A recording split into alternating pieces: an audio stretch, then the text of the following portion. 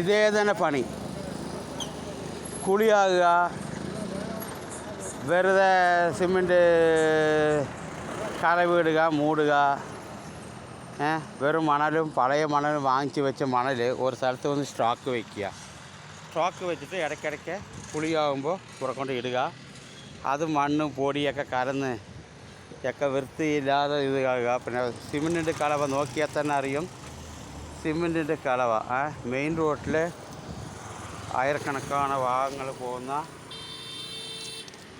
ആയിരക്കണക്കായ വാഹനങ്ങൾ പോകുന്ന സ്ഥലമാണ്. ഈ സ്ഥലത്തിലാണ്, ഈ റോട്ടിലാണ് ഇവരുടെ ഇതേ കള്ളപ്പണി. എന്തെങ്കിലും ഒരു കാരണം പറയുക, ലേസം വരെ പൊടി കൊണ്ടുപോയിട്ട് കലന്നിട്ടിട്ട് മേക്കപ്പ് ചെയ്യുക.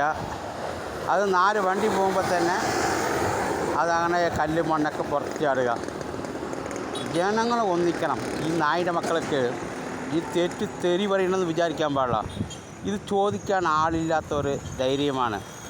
ഇവർക്ക് കളിയായി മാറി. കരാറുകാർക്കും ഇതിൻ്റെ പിന്നിൽ ഭരണകക്ഷിയിൽപ്പെട്ട നേതാക്കൾക്കുമായിരിക്കും പങ്ക്. മരിച്ച എത്രയോ ആൾക്കാർ ഇവിടുന്ന് കൈകാലം മുറിഞ്ഞ് ജീവൻ നഷ്ടപ്പെട്ട് അനാഥയായ കുടുംബങ്ങൾ എത്രയോ ഉള്ളൂ. ഈ PWDയുമായി സെക്ഷൻപ്പെട്ടിട്ട് ഒരു ആനുകൂല്യം ഏത് കുടുംബത്തിനും കിട്ടിയിട്ടില്ല. ഇതെല്ലാം ചോദിക്കാൻ ഇനിയും ജനങ്ങൾ ഒന്നിച്ചില്ലെങ്കിൽ നമ്മളെ തന്നെ നഷ്ടപ്പെടുത്തിക്കൊണ്ടിരിക്കും. അത് തുടർന്നുകൊണ്ടേയിരിക്കും. ഇത് ഈ ഒരു സ്ഥലത്ത് മാത്രമല്ല, എട്ടക്കുളത്തിൽ, പ്രത്യേകിച്ച് എട്ടക്കുളം റോഡ് എന്ന് പറഞ്ഞാൽ യാതൊരു ശ്രദ്ധയും ഇല്ലാതെ കൃഷ്ണൻകുട്ടി മന്ത്രിയായിരുന്നിട്ട് ജനങ്ങളെ സ്വയം വഞ്ചിച്ചുകൊണ്ടിരിക്കുകയാണ്. സ്വയമായിട്ട് അതിൻ്റെ പിന്നിൽ ഒരുപാട് ആൾക്കാരുടെ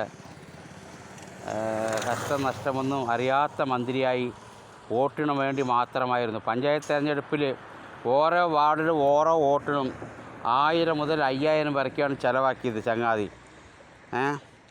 ഇവരൊക്കെ ജയിക്കാൻ വേണ്ടി മാത്രമെന്ന് ജനങ്ങളെ കാണുന്നവരും ഒരുപാട് കോടികൾ നികുതികളാണ്. ഏത് വാഹനമെടുത്താലും പലതരത്തിലുള്ള നികുതികൾ, പല ഇരട്ടി നികുതികളെ വാങ്ങുന്ന ഇവർ മനുഷ്യൻ്റെ ജീവന് ഒരു വിലയും ഇല്ലാതെയാണ് കടന്നു പോകുന്നത്. ഇത് കാണണോ എടുക്കണോ നോക്കിയ കല്ല് കൊണ്ടാലേ മതി, മണ്ണിൻ്റെ പൊടി. ഇത്തരം വലിയ സ്ഥലത്തിൽ ഇവരുടെ കലവയാണ്. ഏതെങ്കിലും സ്ഥലത്ത് നിങ്ങൾ കാണിക്കും, സിമെൻറ്റിൻ്റെ ഏതെങ്കിലും ഒന്ന് കാണാൻ നോക്കി, എല്ലാം മണ്ണുപൊടിയാണ്.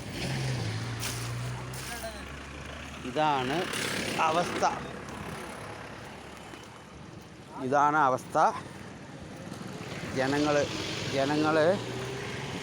ജനങ്ങൾ രാഷ്ട്രീയം നോക്കാതെ ഒന്നിച്ചില്ലെങ്കിൽ നമ്മൾ വീണ്ടും നഷ്ടപ്പെട്ടുകൊണ്ടേയിരിക്കും.